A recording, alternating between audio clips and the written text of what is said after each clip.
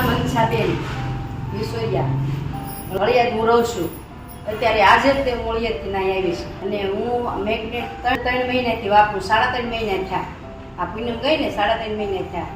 મને હાથ દુખતો હતો, ગુસ્સો ન થતો. શાક હલાવવું હોય તો મારે ખેતીનું કામ હતું, કોઈ વસ્તુ હાથમાં લેવાય તેની હામણી ન પકડાતી.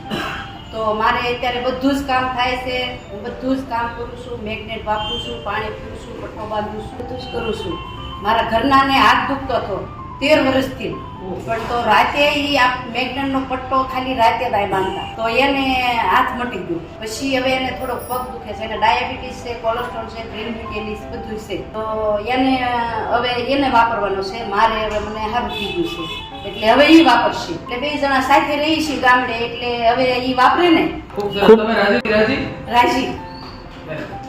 હું તો બધાને એમ કહું છું કે હવ લેજો અને હવના છોકરાઓ માટે લેજો અને આમાં હારામાં છે. જો કોઈને કાંઈ તકલીફ નથી અને છોકરાઓને ફોન મુકાવજો.